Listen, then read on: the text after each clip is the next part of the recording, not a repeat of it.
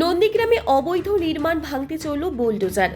নন্দীগ্রাম বিধানসভার বয়াল 2 গ্রাম পঞ্চায়েতের অন্তর্গত তৃতীয় খণ্ড জলপাই এলাকায় 30 থেকে 35 বছর স্থানীয়ভাবে বসবাস করে আসছে 4টি পরিবার। হাইকোর্টের নির্দেশে প্রশাসনিক দপ্তরে বিভিন্ন আধিকারিকের উপস্থিতিতে ওই 4টি অবৈধ নির্মাণ ভাঙা হলো।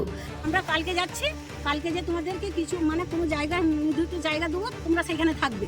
আজকে ওখানে পর্যন্ত যায়নি। 3টা সব জিনিসপত্র আমার ভেঙে দিয়েছে। আমার ছোট ছোট বাচ্চারা আছে, বলছে না বলি আমার বলছে কি যে এটা পিডাব্লিউ বন্ধ, ওটা কি তোমার জায়গা কিনা জায়গা? পিডাব্লিউ বন্ধ, ওটা তো তার জায়গা কিনা। আমরা ওখানে কোথায় যাবো? এটা বলে যে দলিল দিতে পারে কেন? কালকে গেলে 11টার সময় স্যারকে বলে যে স্যার আমাদেরকে একটু আমাদের সুযোগ দাও, আমরা ঘর করে থাকি। বলে না হবে না, ওটা তার জায়গা কিনা। এতদিন বসবাস করা থাকা সত্ত্বেও বিকল্প কিছু না থাকার জন্য কিভাবে রাত কাটবে তা বুঝে উঠতে পারছেন না সদ্য গৃহহারা শেখ নজরুল ইসলাম।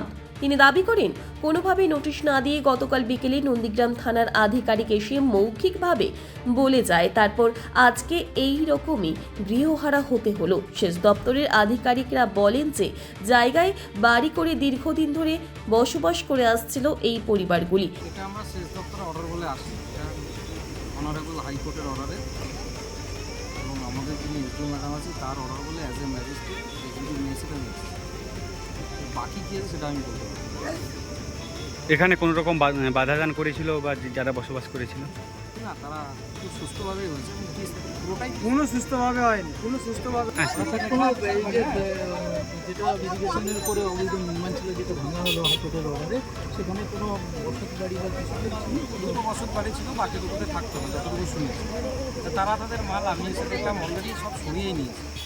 সামান্য কিছু একটু ছিল, সেটা ঠিক তাদের ব্যবহার্য জিনিস নয়, টুকটাক ইট। ওই জায়গা সেচ দপ্তরের ওনাদের বারবার নোটিশ দেওয়া সত্ত্বেও স্থানান্তর না হওয়ার জন্য হাইকোর্টের নির্দেশে অবশেষে আজ এই বাড়িগুলো ভাঙা হলো। এখন দেখা সদ্য গৃহহারা এই পরিবারগুলো কোথায় গিয়ে বসবাস করেন। ব্যুরো রিপোর্ট, আরোহী নিউজ বাংলা।